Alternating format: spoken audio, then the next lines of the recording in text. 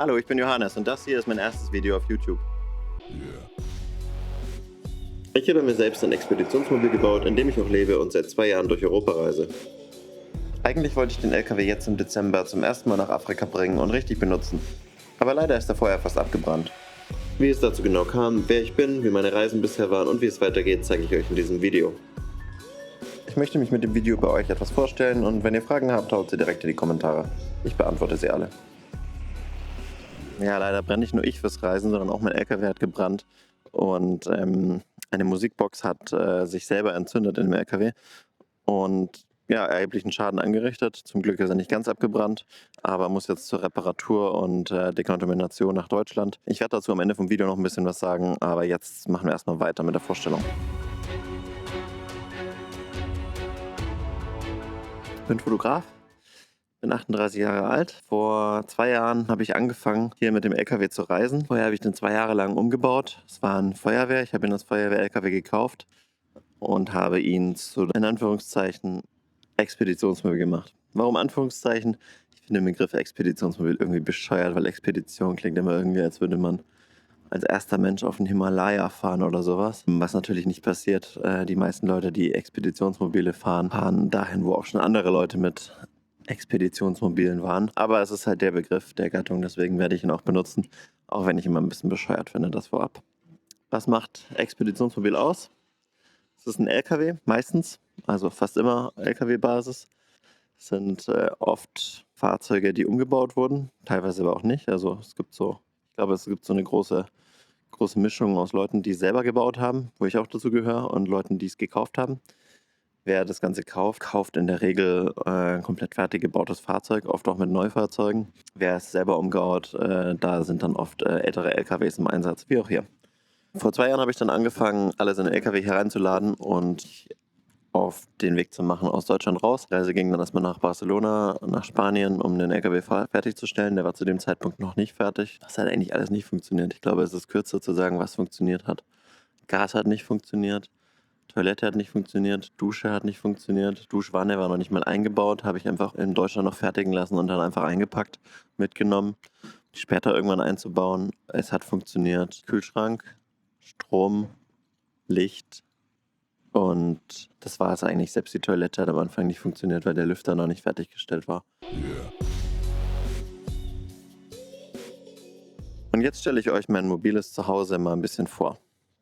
Der LKW ist ein Mercedes-Benz LN2 F24 RF. Ja, super kompliziert. LN2 bedeutet dabei vermutlich, keiner weiß es irgendwie genau. Wenn es jemand weiß, bitte sagen. Aber von dem, was ich bisher weiß, bedeutet diese Abkürzung leichte Nutzfahrzeuge 2. Leichte Nutzfahrzeuge 1 ist der Vario. Leichte Nutzfahrzeuge 2 ist ist sozusagen der leichte LKW von Mercedes-Benz. Es gibt dann noch den SK. Das ist der schwere LKW und um es auf heute zu übertragen, der Actros, und der hier wäre der Artego. L24 steht dabei für 11 Tonnen maximales Gewicht, 240 PS. In diesem Fall stimmt es aber eigentlich nicht, weil ich habe 13,5 Tonnen maximales Gewicht eingetragen. Der LKW hat einen permanenten Allradantrieb, eine Untersetzung, Differentialsperre Mitte und hinten. Ich will das jetzt nicht alles erklären, weil ehrlich gesagt ist es auch ein bisschen kompliziert und würde dieses Video zu übersteigen. Wir kürzen es einfach mal ab, ist ziemlich gut fürs Gelände. Mein Feuerwehrauto, als ich es gekauft habe, hatte einen 70 Liter Dieseltank gehabt und den habe ich rausgebaut und 2 von den Dingen hier eingebaut. 2x300 Liter, 600 Liter, 20 Liter Verbrauch. Sind 3000 Kilometer komme ich mit den beiden Tanks und das ist super praktisch. Zum einen, weil man sich nicht Sorgen machen muss, wo ist die nächste Tankstelle. Es ist nicht wie in Deutschland überall. Es gibt auch Gegenden, wo es mit Tanken schwieriger ist, wo vielleicht der Sprit billig ist, aber wo man einfach nicht überall an Sprit rankommt. Das andere Thema ist billiger Sprit. Man kann in den Ländern, wo billig ist, zum Beispiel in der Ukraine für 1 Euro tanken, in Andorra für 1,20 tanken. Was habe ich gemacht? Ich habe in der Ukraine den Tank, der 500 Liter leer war, komplett voll gemacht. Bin dann nach Deutschland gefahren, habe in Polen kurz nochmal für 1,17 150 Liter reingefüllt, durch Deutschland durchgefahren, Spritpreis 1,70 oder sowas, nicht getankt, durch Frankreich 1,80, nicht getankt, Andorra für 1,23 voll gemacht. Dementsprechend ist der Spritverbrauch oder die Spritkosten relativieren sich dann doch ein bisschen. Wenn man so einen LKW fährt, sollten Spritkosten jetzt aber nicht das größte Problem für einen sein. Der wird Sprit brauchen und wenn man die ganze Zeit an die Spritkosten denkt, macht es auch keinen Spaß. Also scheiß drauf, ist ein mobiles Zuhause und muss man einfach auch so sehen. So, wie kommt man überhaupt in dieses Ding hier rein?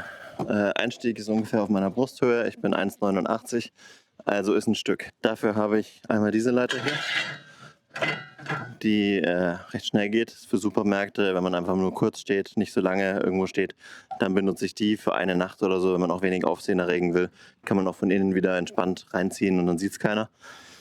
Das ist die eine Leiter und die andere Leiter ist folgende.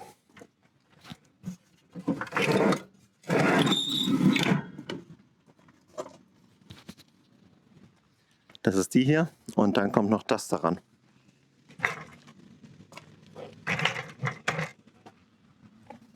Und so kommt man dann ganz entspannt hier in den LKW rein, ohne Probleme.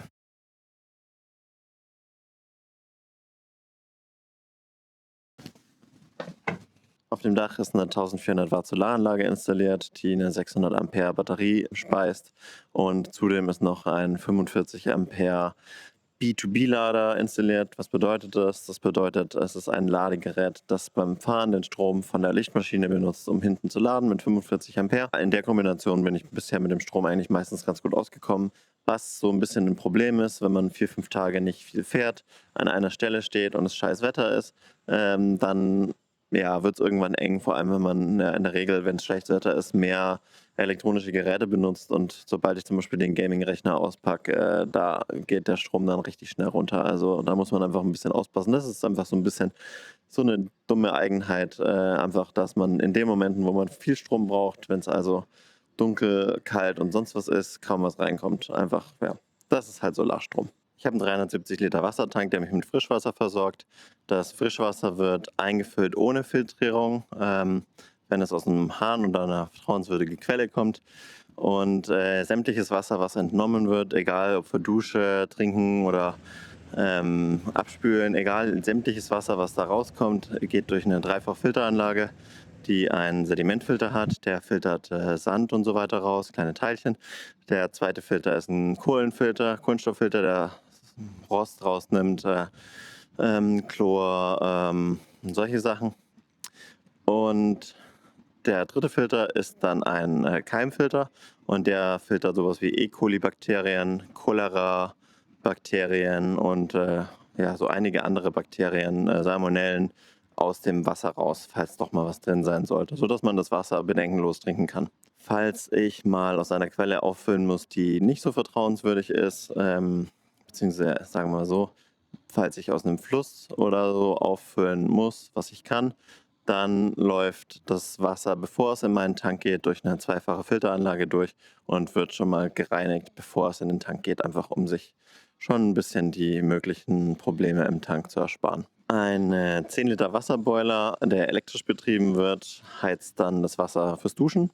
Aus den 10 Liter Wasser, also 10 Liter Heißwasser, kriegt man durch die Mischung mit Kaltwasser ungefähr 30 Liter Wasser, was fürs Duschen locker reicht. Also ich habe es nur so ungefähr gerechnet oder gemessen. Einmal duschen sind so zwischen, je nachdem wie ausgiebig man das macht, sind es so zwischen 5 bis 10 Liter Wasser. Nur mal so als Vergleich, eine Dusche in der Wohnung, kann man von ausgehen, ist so bei 100 Litern Wasser. Die Gasversorgung läuft über eine nachfüllbare Alugasflasche. Das sind diese Flaschen, die man an den Tankstellen mit LPG einfach ganz normal befüllen kann. Und ja, das funktioniert eigentlich super. Also solange ich den Grill nicht anmache, funktioniert das so für ein halbes Jahr ungefähr. Halbes Jahr kann ich entspannt kochen, und ich benutze es auch nur zum Kochen, ohne nachzufüllen. Es ging auch schon mal länger. Also ich koche ja nicht so viel, deswegen kann es auch schon länger sein. Und einmal die Gasflasche auffüllen kostet in der Regel so um die 12, 13 Euro. Also ist auch nicht so die Welt. Dadurch, dass die Flasche nachfüllbar ist, hat man auch nicht dieses Hin und Her mit, wo kriegt man Gas her, muss man Gasflaschen tauschen, irgendein Pfandsystem. Einfach an die Tankstelle LPG ranhängen und voll machen.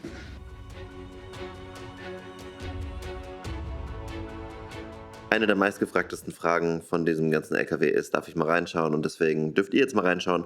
Hier sind ein paar Aufnahmen vom Innenraum. Ich habe den ganzen Innenraum selber gebaut, und natürlich habe ich vergessen, die Kamera auch mal zu drehen und euch Toilette und die andere Seite zu zeigen. Aber ja, deswegen zeige ich jetzt erstmal die Seite, und die andere Seite gibt es dann ein Bild. Ja, ich habe eine Spülmaschine verbaut. Ich habe viel Holz verbaut und aber trotzdem recht viel weiße spiegelnde Fläche, einfach um den Innenraum größer wirken zu lassen. Wir reden da von 11,9 Quadratmeter. Ich habe einen 30 Zoll Fernseher, den ich zum Arbeiten benutze und um auch mal Filme zu schauen oder zu zocken. Wobei ich kaum zum Zocken komme. Ich dachte eigentlich, da wäre mehr Zeit, aber irgendwie ist die Zeit schon wirklich sehr voll.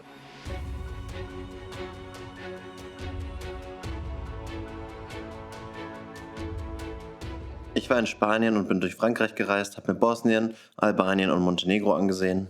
Ich war anschließend 4 Monate in Griechenland und habe mir die faszinierenden Klöster von Maggiore angeschaut, alleine auf Berggipfeln geschlafen und 2 Nächte hier bei diesen abgestorbenen Kastanien oben verbracht und einige Bilder gemacht. Ich stand an einsamen Stränden, war im Winterschwimmen und habe dann dieses Schiffswrack besucht und bin dann im Mai immer noch schneebedeckten Rila-Seen in den Bergen Bulgariens gewandert.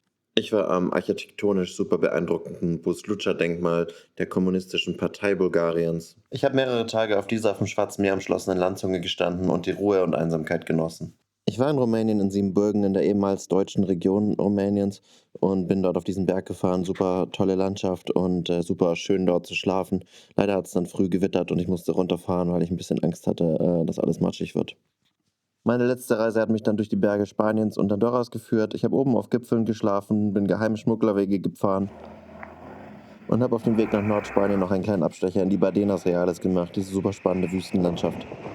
Ich habe in Nordspanien direkt an den Klippen des Atlantiks gestanden, habe die Brandung des wilden Ozeans auf die Steine treffen sehen und habe die Möwen gehört. Ich bin eine Tour zwischen den Picos der Europa gefahren, habe meinen LKW in die entlegenen Weiten der Berge gebracht und dort oben auch übernachtet. Zuletzt ging es dann noch nach Portugal. Ich bin an super breiten Sandstränden gestanden, habe die Surfer beobachtet und wollte dann eigentlich weiter nach Afrika fahren, aber leider hat der Brand mir dann eine Pause reingehauen.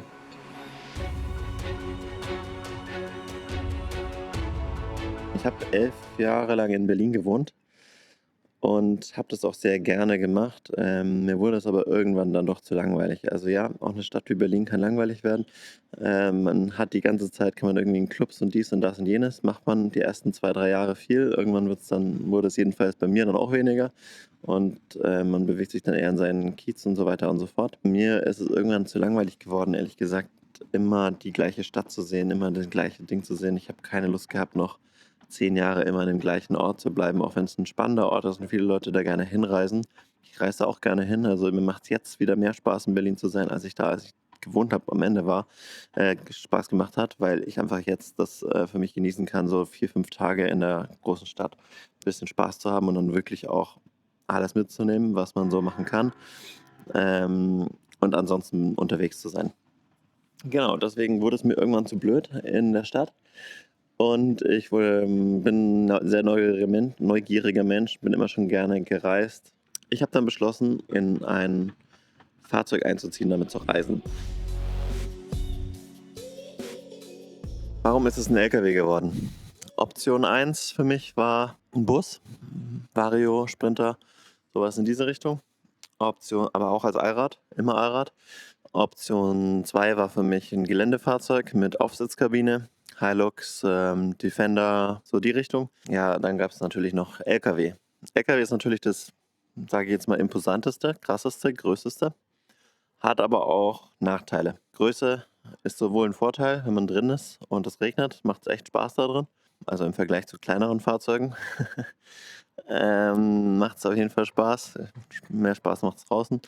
Ja, man ist halt auch einfach scheiße schwer und groß und das macht auch einfach Probleme teilweise. Also man kann viele Offroad-Strecken nicht fahren mit dem LKW, die mit einem Hilux mit Kabine zum Beispiel gehen, einfach weil der LKW durch die Größe, Schwere eingeschränkt ist. Also Größe ist ein Problem, wenn es durch Büsche und so weiter durchgeht, oder wenn man einfach zu breit oder zu groß oder zu lang ist für gewisse Strecken. Und Gewicht ist auch einfach ein Problem, je nachdem, wenn es so ein bisschen matschig wird. Die Reifen setzen sich super schnell mit Matsch zu und dann, sobald es schief ist, bewegt der LKW sich seitlich. Also der rutscht einfach weg.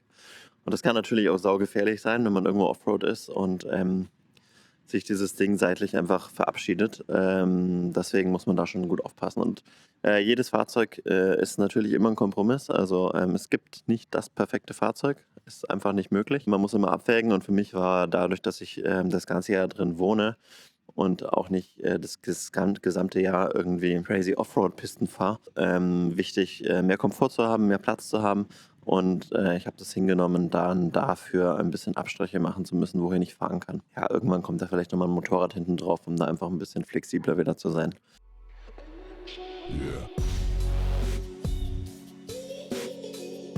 Für mich ist das alles komplettes Neuland. Ich bin hinter der Kamera professionell seit Ewigkeiten. 2008 habe ich als Fotoassistent angefangen in der Autowerbung und bin seit 2016 Fotograf und mache Werbung für große Automobilhersteller, Mercedes-Benz Trucks zum Beispiel, aber auch Toyota, VW, Audi und so weiter und so fort.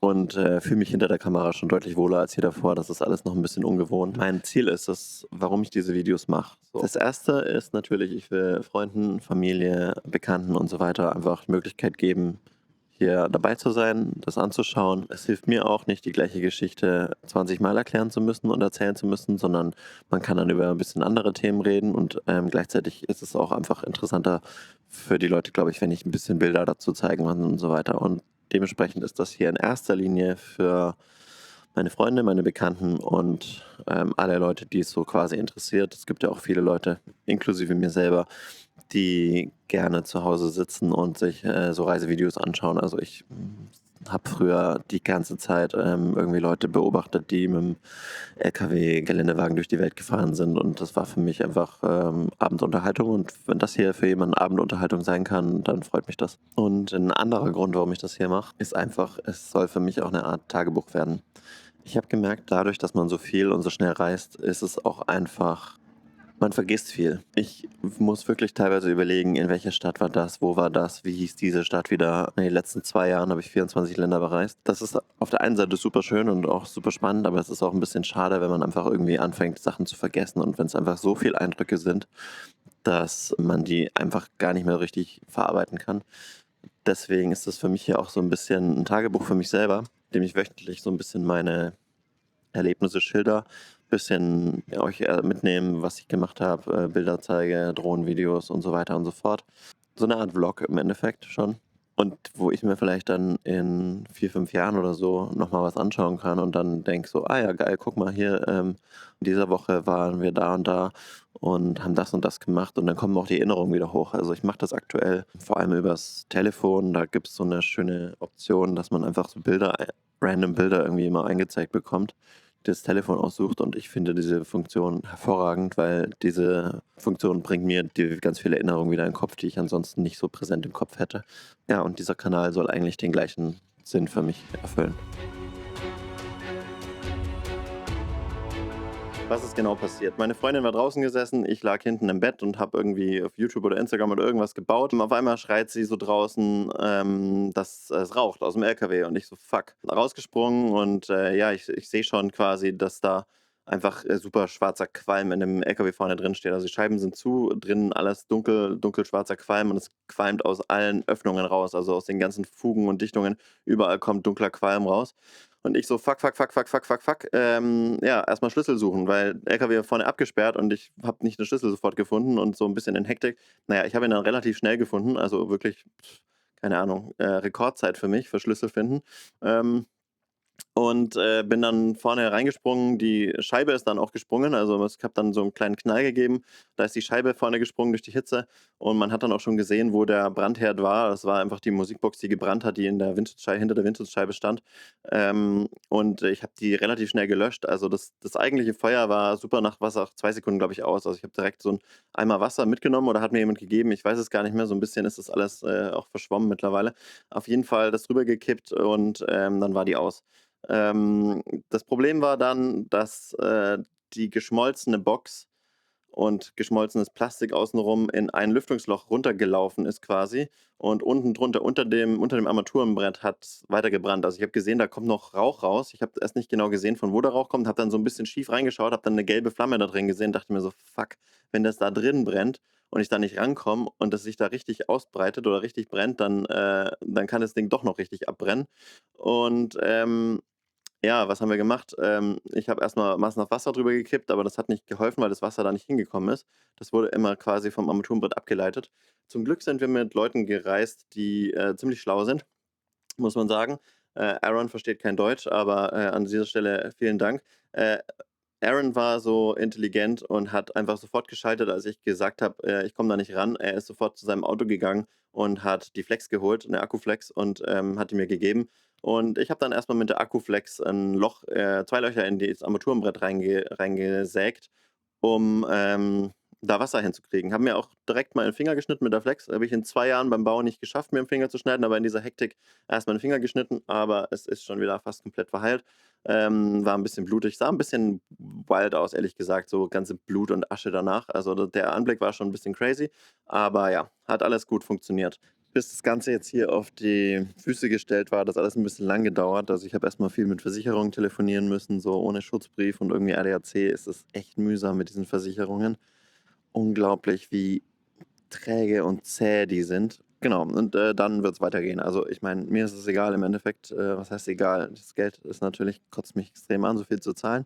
Aber ich will reisen, ich will unterwegs sein mit dem Ding. Das heißt, bin heute richtig gut gelaunt, weil ich zwar gestern echt viel Geld überwiesen habe, aber jetzt wenigstens weiß, so es geht weiter und ich kann wahrscheinlich im Januar weiterfahren und kann dann meine Reise, die ich eigentlich angefangen hatte nach Marokko, ja, weitermachen und unterwegs sein. Also was mich am meisten nervt, ist eigentlich ehrlich gesagt gerade zurückzukommen nach Deutschland in diese Kälte, im Winter auch noch. Ja, gar keinen Bock drauf. Aber ja, mein Gott, es geht nicht anders. Und so wie ich bisher herausgefunden habe, scheint es auch keine ähnliche Firma irgendwo in Spanien, Portugal oder Frankreich zu geben. Was irgendwie krass ist, dass es so eine Firma nur in Deutschland gibt. Aber ja, keine Ahnung. Ich habe nach allem, was ich konnte, gegoogelt und geschaut und gemacht und nichts gefunden, was irgendwie näher dran ist. Deswegen wird es jetzt so passieren. Während der LKW repariert wird, bin ich jetzt hier bei meiner Mutter über die Weihnachtsfeiertage. Und wenn euch interessiert, wie es dann im neuen Jahr weitergeht, wenn euch interessiert, wohin die nächsten Reisen gehen, dann, ihr kennt's, lasst ein Abo da, lasst ein Like da. Wenn ihr Kommentare und Fragen habt, ab in die Kommentare. Und ich freue mich, euch 2026 dann mitzunehmen. Ich wünsche euch ein schönes Weihnachtsfest, guten Rutsch ins neue Jahr, habt Spaß, egal was ihr macht, und einen schönen Tag euch. Ciao.